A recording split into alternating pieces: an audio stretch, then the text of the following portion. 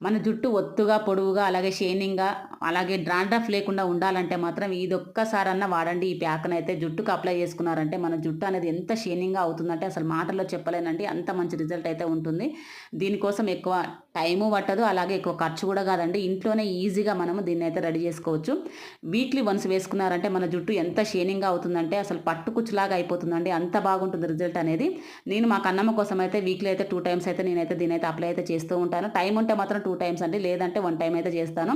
ఈ మధ్య అయితే కొంచెము స్టడీ టెన్షన్ ఎక్కువ అవ్వడం వలన ఏమో గాని జుట్టయితే ఎక్కువ రాలిపోవడము, అలాగే జుట్టులో అదే తలలో డాండ్రఫ్ కూడా ఎక్కువగా అయిపోయిందండి. తను ఎప్పుడు ఇలా దాన్ని ఇచ్చింగ్ లాగా అనిపిచ్చేసి జుట్టునంతా ఒకలాగా ఇది చేసుకుంటా ఉంది. అందుకని చెప్పేసి అయితే వీక్లీ అయితే 2 టైమ్స్ అయితే నేనైతే అప్లై అయితే చేస్తున్నాను. మంచి రిజల్ట్ అయితే అనిపించిందండి. నేను ఏది యూజ్ చేసినా గానీ మీకు నేను యూజ్ చేసిన తర్వాత నాకు మంచి రిజల్ట్ అనిపిస్తేనే మీకైతే చూపిస్తానని చెప్పాను.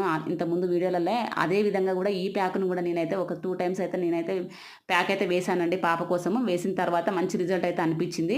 అది పెట్టినుకొని మనం ఒకసారి అప్లై చేసుకున్న తర్వాత ఒక 1 అవర్ వరకు అయితే దాన్ని అలానే ఉంచుకోండి. ఆ తర్వాత వేరే గోరువెచ్చని వాటర్ తోటైతే వాష్ అయితే చేసుకోండి. మంచి రిజల్ట్ అయితే ఉంటుందండి. దీనికోసం ఎక్కువ టైం పట్టదు. ఎక్కువ ఖర్చు కూడా కాదండి. మెంతుల్ని ఒక 3, 4 టేబుల్ స్పూన్ల మెంతుల్నయితే పేస్ట్ లాగా అదే పొడిలాగా చేసేసుకొని వాటర్ పోసుకొని నానబెట్టుకోండి. ఒక హాఫ్ అన్ అవర్ మనకది జిగురులాగా అయిపోయి జుట్టుకి అప్లై చేసుకునేటప్పుడు మాత్రం మనకి ఒక స్మూత్‌గా వచ్చేస్తుందండి.